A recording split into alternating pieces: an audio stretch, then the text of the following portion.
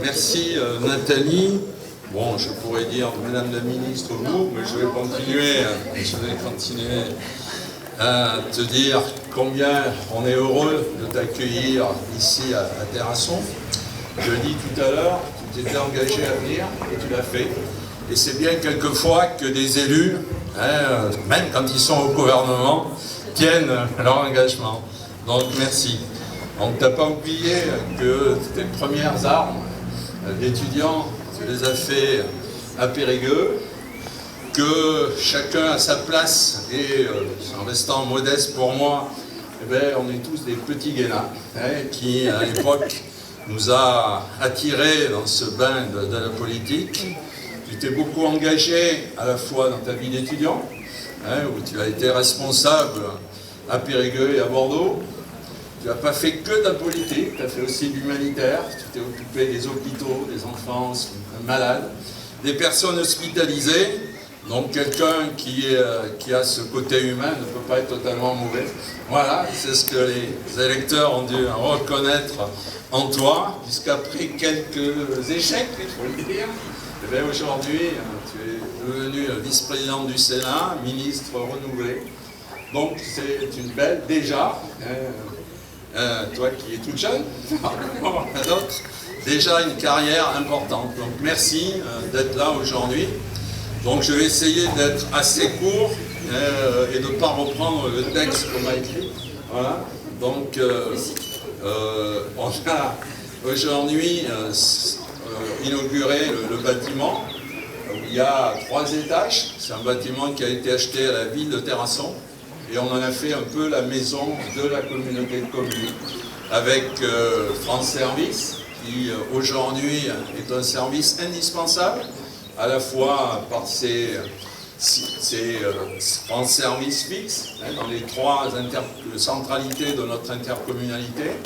Le Lardin a été oublié, Madame le maire, mais le bus itinérant, il vient régulièrement, donc on essaye d'aider l'ensemble de la population par ces France Service. On a l'espace France Rénov', où j'ai insisté pour monter, puisque c'est vrai qu'ils sont très importants pour l'ensemble de notre territoire, pour rénover. Alors, c'est essentiellement des services rendus aux propriétaires occupants, ce qu'on aimerait aussi pour augmenter la population, que ce soit au niveau des propriétaires bailleurs, car toutes les communes, il y a un petit, aujourd'hui, ressaut sur la population. On avait des communes qui ont perdu un peu de population, donc c'est important. Donc il y a eu une attente forte pour lesquelles nous souhaitons répondre et vous accompagner du mieux. Attente forte pour lesquelles nous répondons présents, les élus locaux, l'intercommunalité, par l'engagement des élus. Donc je remercie mes vice-présidents. Il y a un peu de toute sensibilité chez nous, mais on est unis. Et on a un projet de territoire qui a été fait avec le directeur, avec l'administration, pour répondre à la population. Donc ça demande de la disponibilité des agents intercommunaux pour toutes les missions qui sont portées par cette intercommunalité, soit de façon obligatoire par l'État qui nous a transféré un certain nombre de compétences, soit par un choix volontaire des communes qui préfèrent se grouper pour qu'on joue ensemble gagnant. Donc nos actions vont vers les entreprises, c'est une de nos compétences majeures. Avec ma vice-présidente à l'économie, eh bien, nous avons créé un certain nombre de zones d'activité. Et ce matin, je t'ai entendu parler essentiellement du tourisme. J'ai pu apprécier ta connaissance des dossiers, ça a été reconnu par tout le monde, le côté technique. Et d'ailleurs, c'est un peu une caractéristique de ce gouvernement, où des fois je suis un peu plus réservé, mais sur la côté technicité de ces ministres et du président, c'est assez incontestable. Donc aujourd'hui, ce soir, c'est moins du tourisme, c'est plus à les membres du gouvernement que je vais un peu m'adresser et faire passer quelques messages. Puisque tu l'as dit, toi aussi, dans ton fonction ministérielle, tu fais pas mal d'interministériels, donc tu sauras être notre porte-parole. Et les entreprises, eh bien, on a eu ici un drame, un drame social, c'est les papeteries de Condat. De 1200 salariés, eh bien, on est à 200 et on craint le pire pour les mois qui vont arriver, je ne sais plus les années, les mois qui vont arriver. Donc l'État nous a accompagnés avec le rebond industriel, avec le plan de revitalisation. Ernst & Young a bossé sur ce dossier. Alors maintenant qu'on a les entreprises et qu'on a acheté pour plusieurs millions des zones d'activité, ben on voudrait pouvoir y mettre des entreprises. Et là, il faut certes respecter les lois, certes respecter l'environnement, certes respecter les vestiges archéologiques, mais quelquefois, nous avons pas mal d'hectares qui sont bloqués, des entreprises qui ont été choisies, sélectionnées, qui attendent de s'installer.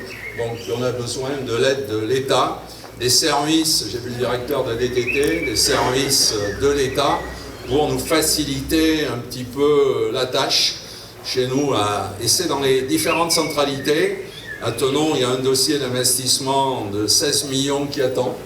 Et grâce à l'État, grâce à la sous-préfète, eh bien, on a activé les fouilles préventives archéologiques. On a eu les résultats et ce dossier a été bouclé. Mais vous savez, Yves Guéna me disait, quand tu peux tendre une main pour dire merci, tu peux tendre la main pour demander un peu plus. Donc c'est ce que je fais, madame la sous-préfète, souvent. Et à côté, il y a 7 hectares qui attendent pour l'installation aussi d'une autre entreprise. Et à Terrasson, c'en est le cas. Donc les entreprises, c'est notre priorité. Hein, si on veut demain avoir des enfants dans les écoles, créer les services que nous faisons à la population, il faut qu'il y ait d'emploi. Et l'emploi, c'est l'industrialisation, c'est pas que les services à faire, c'est un tout. Aux administrés, on a parlé des services publics et les communes, à un moment où l'État nous accompagne avec la DETR, le Fonds vert, les CIL. Le département, madame la vice-présidente, a ses quelques difficultés comme tous les départements. Donc nous, on a créé un fonds d'aide aux communes pour les accompagner dans leurs investissements. Donc voilà, donc ce bâtiment, c'est rassembler tous ces services pour répondre à ces 3 objectifs. Le coût de ce bâtiment, c'est non négligeable. La ville, on l'achetait à la ville de Terrasson, certainement le prix qu'il méritait. 1,1 million. Le département, là on avait encore un peu d'argent. Donc dans les contrats de projets territoriaux, nous a accompagnés à hauteur de 230 000. Et l'État, alors que théoriquement l'État c'est un peu limite là-dessus, c'est sur l'aménagement qui nous ont accompagnés. Donc pas loin de 40 000 euros. Voilà, donc il nous est resté 800 000 euros. Alors ça paraît beaucoup, mais si on payait des loyers, je pense que les loyers coûteraient plus cher que le remboursement du capital de cet emprunt qui a été fait.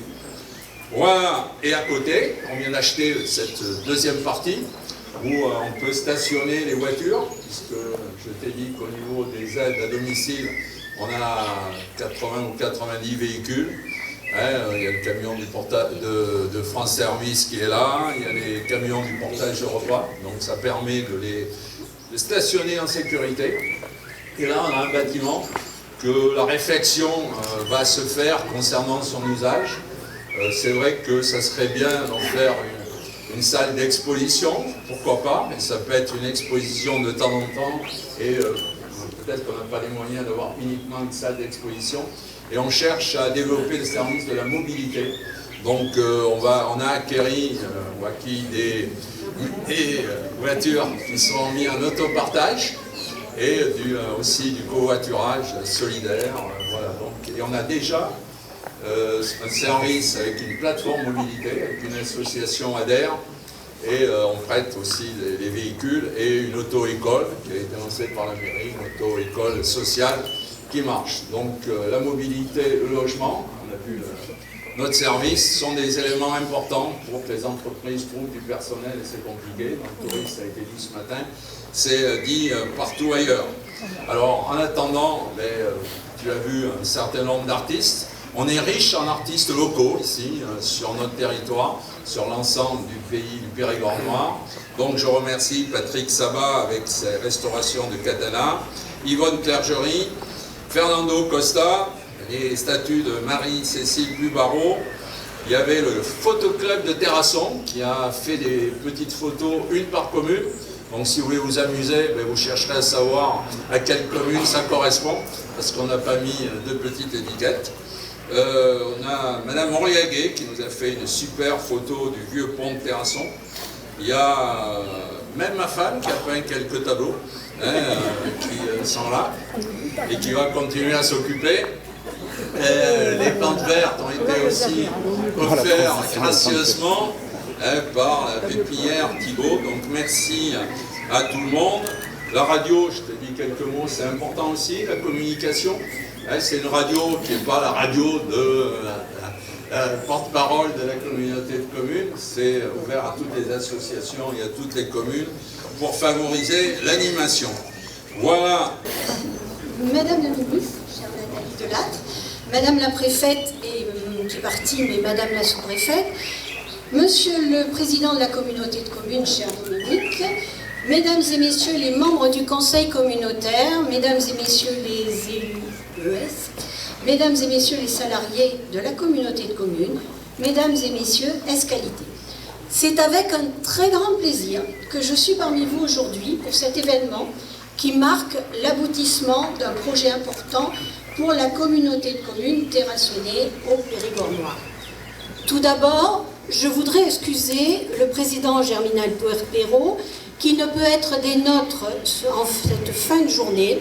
Vous avez eu l'occasion, Madame la Ministre, de le côtoyer tout au long de votre périple périgourdin, une journée bien remplie, à ce que je sais. Chacun connaît l'engagement du président Perrault en faveur de notre département, un département particulièrement rural où le conseil départemental a fait jouer de tout temps, dans toutes ses actions, une forte solidarité entre ces territoires. Dans notre Dordogne-Périgord, vous êtes bien entendu en terre de connaissances, donc je ne m'appesantirai pas sur une présentation exhaustive de notre territoire. Effectivement, en cette terre de croquants, nous avons le sens de l'accueil, de la fraternité, de la solidarité. Dans un département comme le nôtre, les collectivités locales, je pense aux communes, aux départements, mais aussi aux petites dernières, les intercommunalités, occupent une place prépondérante dans la vie de nos citoyens. Les ensembles que nous inaugurons aujourd'hui témoignent en cela de la grande diversité des compétences qu'elles assument au service du public. Service public, évidemment. On l'oublie souvent, mais nos collectivités sont des services publics en premier chef. Elles assument de fait d'importantes missions de service public essentielles à la vie quotidienne de nos concitoyens. Social, route, logement, mobilité, culture, sport, urbanisme, aménagement du territoire, économie et beaucoup d'autres. Oui, notre action est au cœur de la vie des gens qui le reconnaissent d'ailleurs. Dans ces temps de crise de la politique et de la démocratie, reconnaissons-le, les Français conservent, vaille que vaille, une bonne image de leurs élus locaux de proximité. Aux côtés des communes, les intercommunalités jouent aujourd'hui un rôle essentiel dans la vie quotidienne. On peut dire qu'elles ont trouvé leur place. De tout cela, le département en est convaincu. Et en ce sens, nous avons toujours été aux côtés des communes et aujourd'hui des communautés de communes pour les accompagner financièrement dans leurs projets et nous continuerons.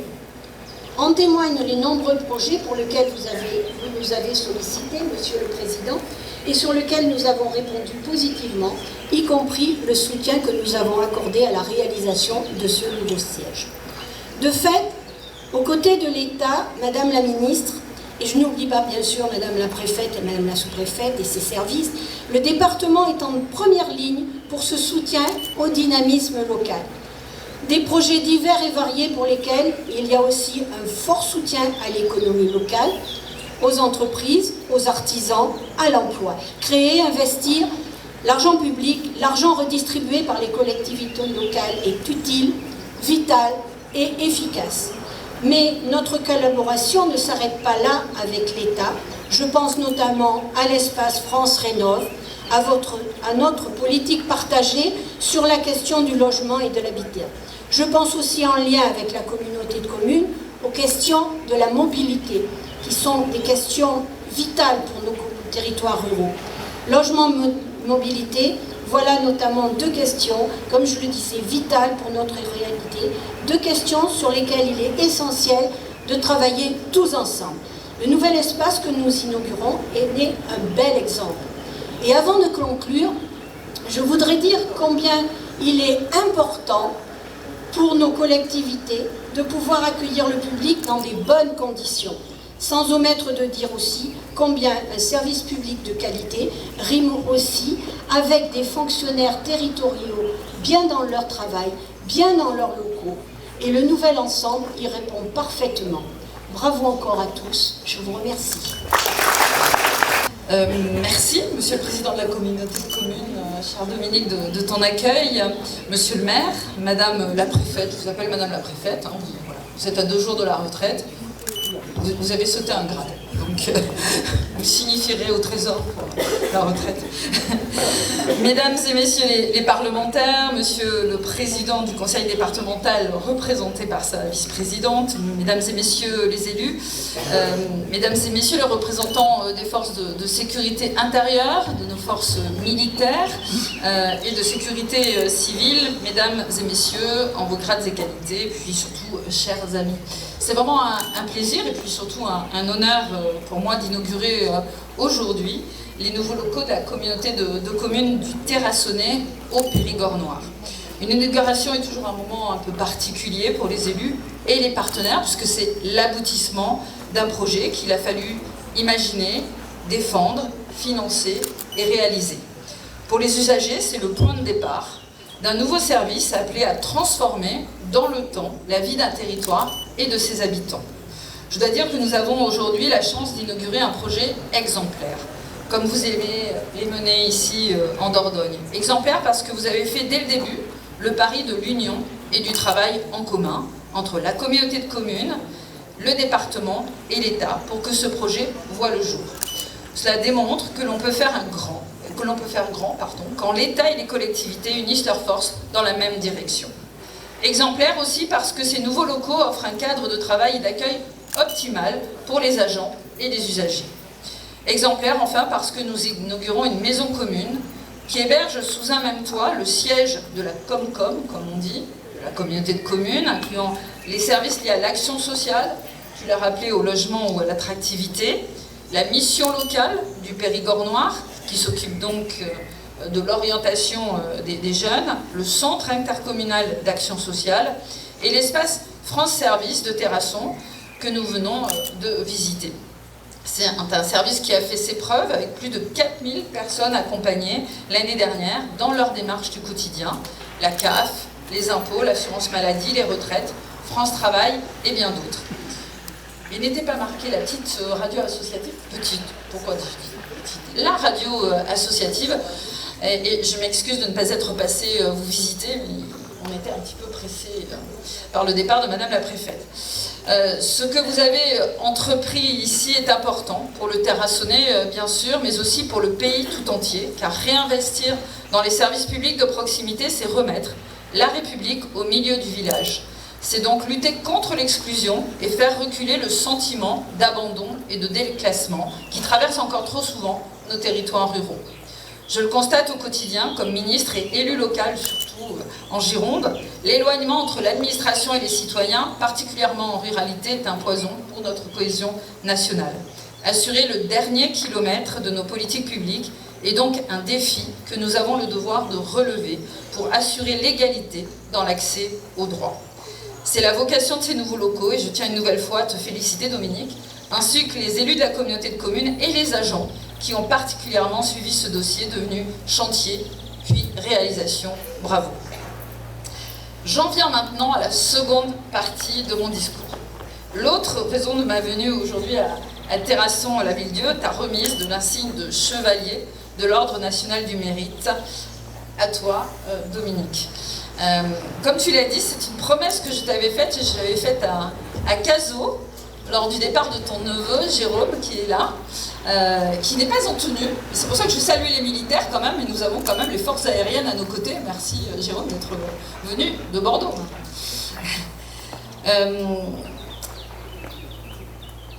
Tout dans ta vie est affaire d'engagement au service des autres, pour ton territoire et tes habitants.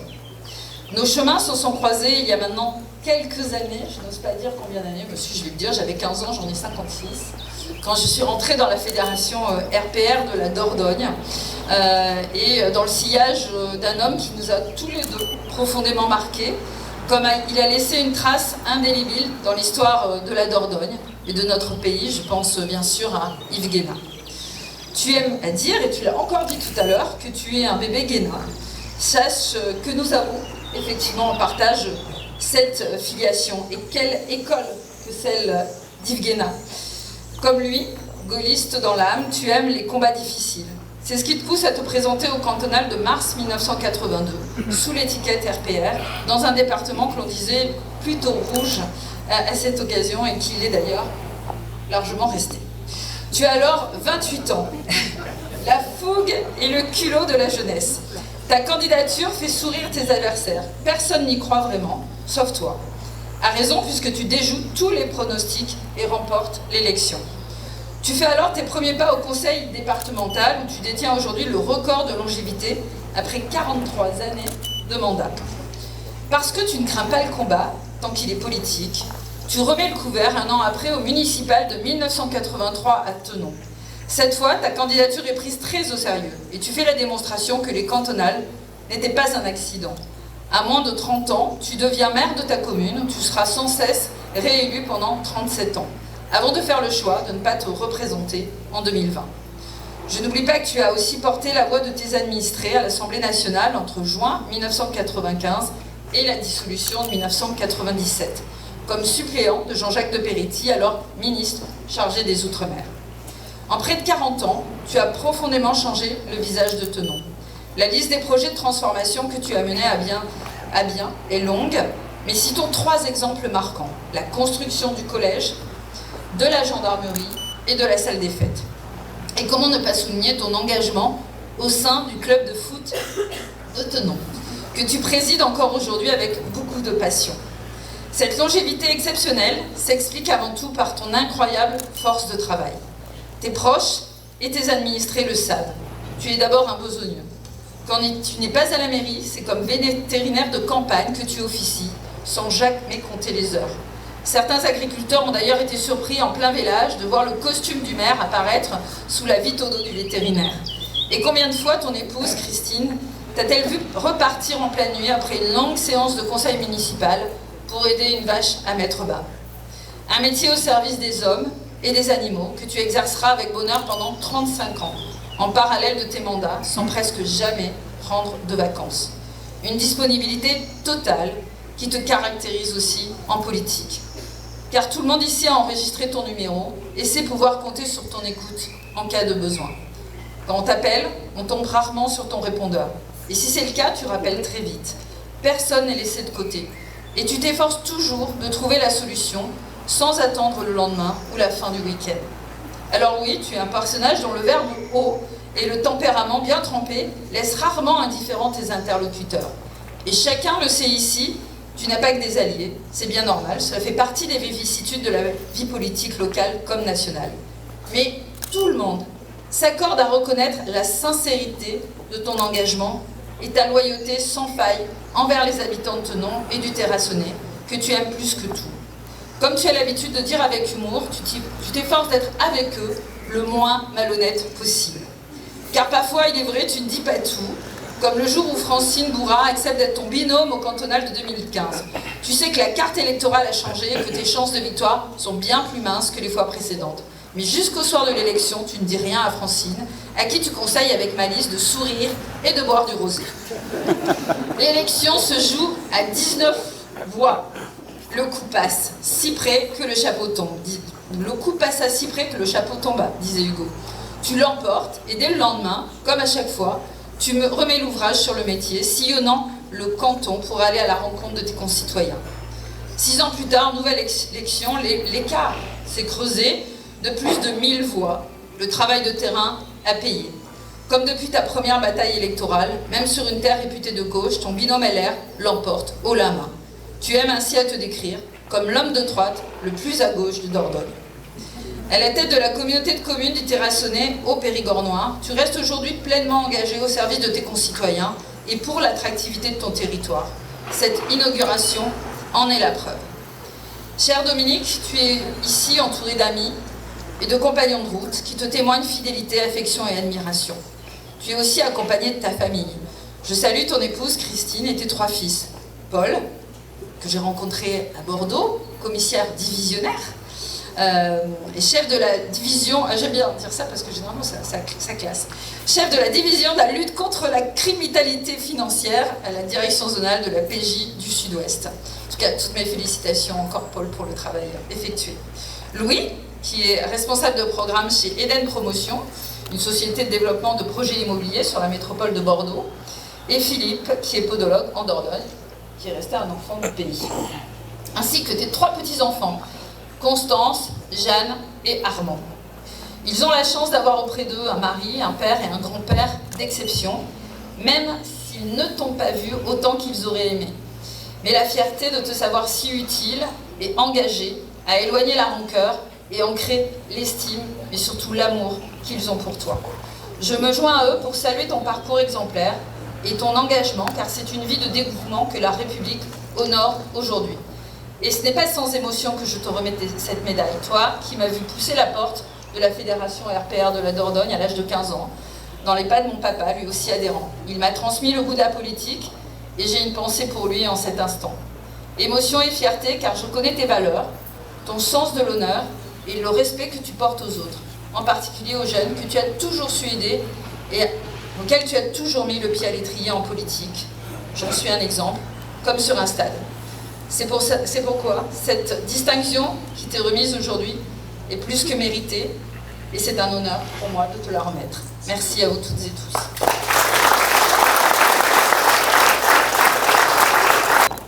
Monsieur Dominique Bousquet, au nom du président de la République et en vertu des pouvoirs conférés, nous vous faisons chevalier de l'ordre national du mérite. Voilà. Bravo.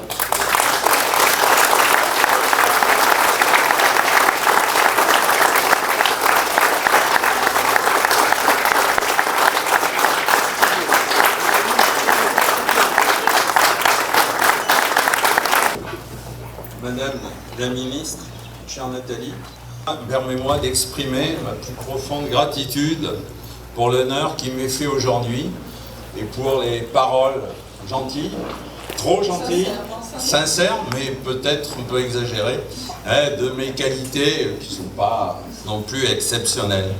Mais je crois que tous les élus locaux qui s'engagent sur ce territoire méritent aussi la reconnaissance, certes des électeurs, mais de l'ensemble de la population pour leur engagement.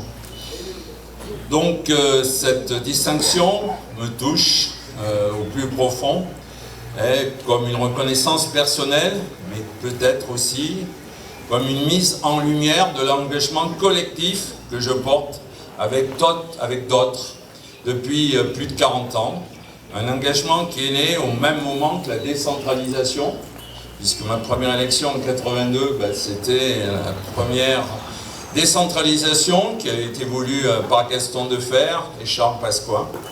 Je reçois donc cette médaille avec une immense fierté, mais aussi avec humilité, car derrière ce symbole prestigieux, je vois le reflet d'un engagement qui dépasse ma personne, celui d'une vie tournée vers le service de l'intérêt général, de la chose publique et d'un attachement indéfectible à notre territoire.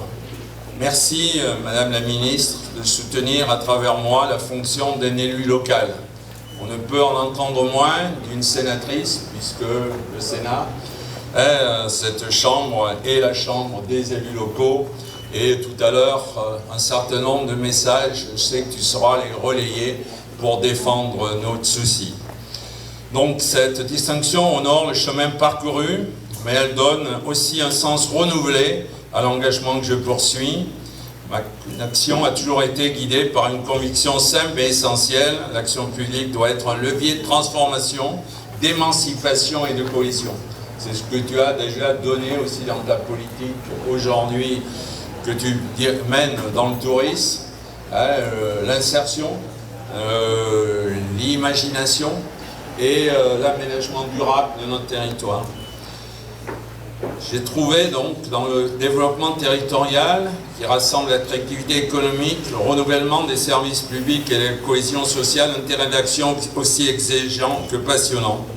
C'est dans ces domaines que s'exprime tout le potentiel de notre pays, le pays du Périgord noir, que nous avons parcouru ce matin, la Roque-Gageac, après Montignac, dans la richesse de ses paysages, dans la diversité de ses cultures locales, dans la chaleur de ses habitants, aussi dans la capacité à innover, à accueillir, à faire vivre le lien entre mémoire et avenir. Nous avons vu dans la salle les artistes de notre territoire qui ne font que confirmer notre chance d'avoir des artistes aussi prestigieux. Cet engagement, je le dois aussi à celles et à ceux qui m'ont entouré, soutenu, inspiré, à mes proches, tu en as parlé, notamment avec mon épouse, qui ne me voit pas souvent entre le foot et la politique, qui ont accepté avec patience et bienveillance les nombreuses heures consacrées à cette vocation publique. À mes enfants, tu en as parlé, il y en a un qui a mal tourné, il est dans la police, bon, c'est comme ça. À mes collègues, je l'ai dit tout à l'heure, mes vice-présidents qui me soutiennent, à mes partenaires, aux élus, aux agents, aux professionnels qui œuvrent chaque jour avec passion, souvent dans l'ombre, pour faire vivre notre territoire et renverser l'attractivité. Tu l'as dit, si ma première élection était loin d'être prévue, les journaux écrivaient à l'époque que ce que les militants socialistes, pour être un peu taquin et faire de la politique, n'avaient pas su départager, car j'ai été élu sur une triangulaire, les électeurs le feraient, car dans ce canton, il n'était pas possible qu'un élu classé à droite, même s'il a des valeurs sociales, pour le moins soit élu. Et on a fait donc démentir les journalistes, ce qui, je remercie la presse d'être là, mais ce qui est des fois agréable, de réussir à faire l'inverse de ce qu'ils ont dit.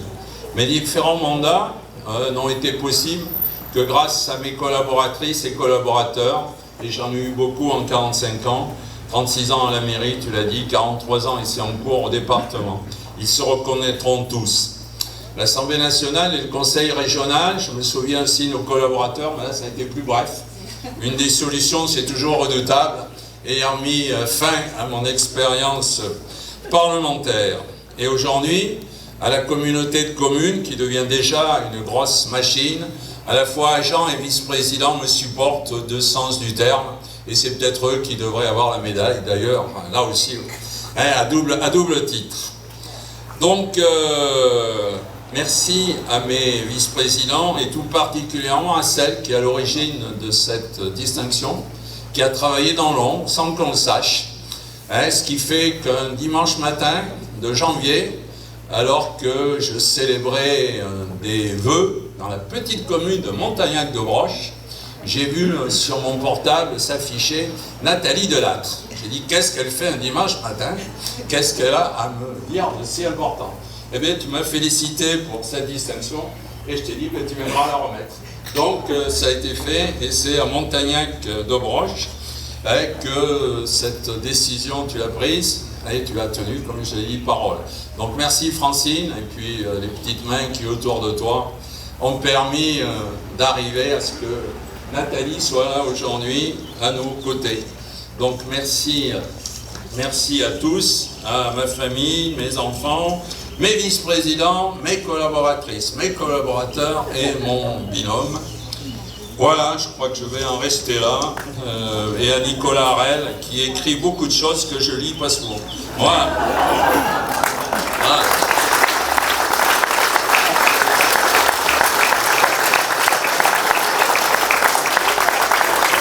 Merci à vous tous de votre présence et j'en ai pas tout à fait terminé. Voilà, puisque c'est donc l'inauguration de ce bâtiment et c'est aussi le remerciement à Nadine Monteil, la sous-préfète, qui va venir ici quand même. Voilà.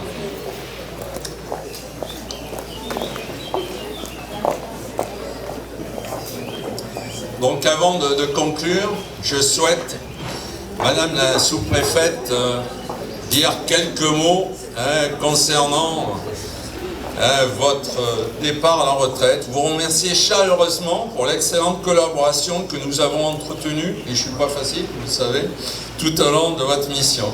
Votre écoute, votre disponibilité, la qualité du travail commun entre les services de l'État, on a prouvé qu'un certain nombre de services avaient été créés, ont été précieux et toujours empreints d'un profond respect mutuel. Alors que vous vous apprêtez à tourner une page importante, en prenant une retraite bien méritée, je tiens à saluer l'engagement sans faille dont vous avez fait preuve tout au long de votre engagement sur notre territoire. Votre présence, vos conseils et vos sens du service public vont incontestablement nous manquer, ainsi que nos petites réunions mensuelles ou bimensuelles, où je venais avec mon DG, encore Nicolas Harel, et ma liste de dossiers à traiter. Voilà. Et je cochais ce qui a été fait la fois d'avant, et j'en remettais une couche si ça n'avait pas été fait. Donc merci d'avoir supporté un peu notre pression amicale, mais qui était dans l'intérêt de notre territoire. Donc au nom du territoire, et de tous ceux qui ont eu le plaisir de travailler à mes côtés, un tout petit présent va matérialiser notre reconnaissance. Merci Madame la sous-préfète, bonne retraite, plein de projets personnels et de moments heureux. Et merci pour ce que vous avez fait pour notre territoire. Voilà.